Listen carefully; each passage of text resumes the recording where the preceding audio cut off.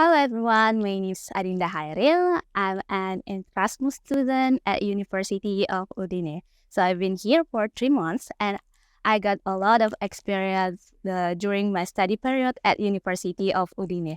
In this university, they offer a lot of facilities that you can reach to get the very amazing experience. So, which is like I can say there is a laboratory called Lama that's laboratory. It was awesome. They have a lot of equipment that you can try it also, and the professors are really nice, especially in the advanced manufacture technology. That was my favorite course here. Thank you.